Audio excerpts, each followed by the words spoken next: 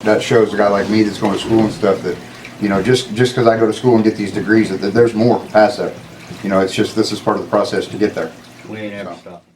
One, fight!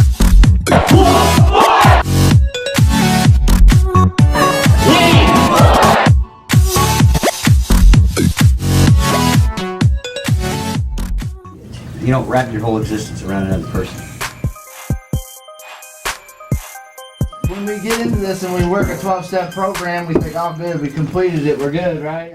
We start getting complacent. What happens when one of us get complacent? What do? You go right back out there. We get irritable, we get restless, we get discontent. Next thing you know, we're okay. I'm ready to get a girlfriend and move out. This house is not founded about nothing but designed to see you guys growing, and we always say it's about what? Attitude. Different. Sorry, I was right. How I do one thing is how I do everything. Because you're just focusing on that one thing in you. You're trying to step out of thought. Separation of thoughts and emotion.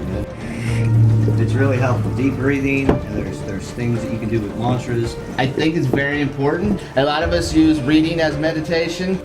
As I would read that daily reflections, I would read that daily touchstones, I would read that, and then I would sit and I'd ponder on it for 5 minutes, and then I would try to get into the meditation side of things, because that's how I set my day. And when I do that, the rest of the day seems to work out better. There's a lot of different angles from it. And the Bible says, be still and know that I am God.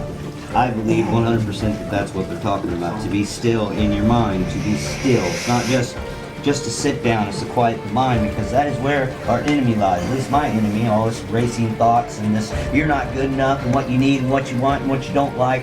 In order to connect with the source, which I believe is God, I have to be still. It is evidence-based. It's scientifically proven. These deep breathings and all of this meditation, guided meditation, does something for your anxiety, for heart disease, for all this stuff.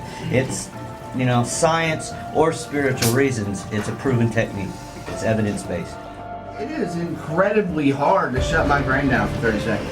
And if you could start your day like that, and I couldn't do it. I couldn't do it on my own. I always thought meditation was a sexy concept, right? And then reading this book, realizing that I'm not my thoughts. So in through the nose, slow, I am not my body. Out through the nose, I am not even my mind. Visualize light going in and darkness going out. And transcendental is they take it to the next level. You have a mantra or something that you're visualizing.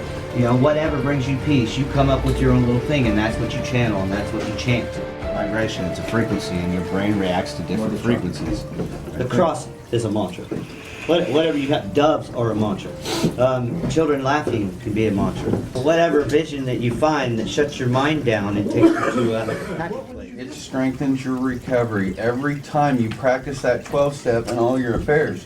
The success that we get to see in everybody else propels us to be a better version of ourselves. You work these steps and then you'll get complacent. We see it in a lot of people. We do. It's the first thing. Before you get that sponsor, you work through these steps, you don't quite know what to do. You know, the transcendence starts to happen. If you put the attitude and effort in and keep your recovery in front of everything else, you will explore every avenue possible to strengthen it farther. Because everybody sitting here that's worked through the steps has something I want. When I became complacent, I looked around and stuff was going on. Constantly achieving, constantly reaching for the next goal, constantly seeking to be a better person. It's that simple. That's the peace of mind in it. Where will that take you when that is your overall objective? When you hang out with winners, you're gonna win. Why? Because they all have something you want, and they are all progressing their lives in ways that we believe is out of our reach until we prioritize our recovery into being first. We hang around people who are all like-minded, who all want to better themselves. This thing happens, this magical thing happens. There is a different life, and slowly these things happen. But what happens in that slowly, that magical moment, is it gets real uncomfortable. Then, you know, coming in from the mentality that we come into where I can comply. I did it in every treatment center and every institution I was ever in. I can comply. Stop fighting and pushing up against the current and just ride with it. You know, it's the difference between compliance and surrender. When you surrender and say, you know what? I don't know how to make decisions on my own. I don't know how to do this. I don't know how to do that. That's surrender. Like, show me how. I used to make fun of the program and stuff like it's brainwashing and stuff like that. And I'm going to be honest with you guys, it's all play on words. But when I come in here, everything that I did was self-destructive. I was killing myself. Every decision I made ended up in my misery. So, hell yeah, I had to brainwash myself to start doing what's best for me. To become my own best friend instead of my own worst enemy.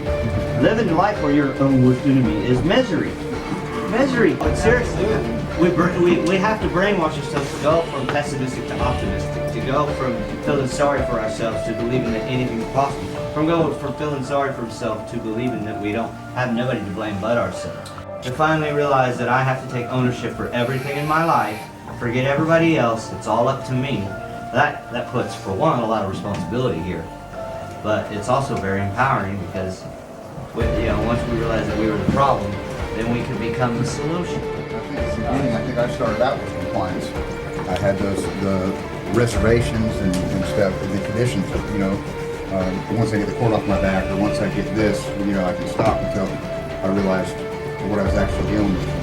Surrender. With no reservations, with no conditions. Complete surrender. You don't drink, you don't drug, you don't run. You wake up tomorrow and things get better, and you got decisions and you got choices. And if you're like me, and I say screw it, and I go drink, drug, or run, I'm screwed. That's the kind of guy I am. If I wasn't that kind of guy, I'd be at the bar right now.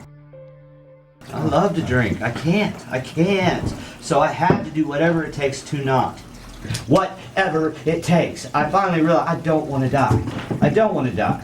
What's the three things we don't do? Don't drink, don't drug, and don't run. The rest of it.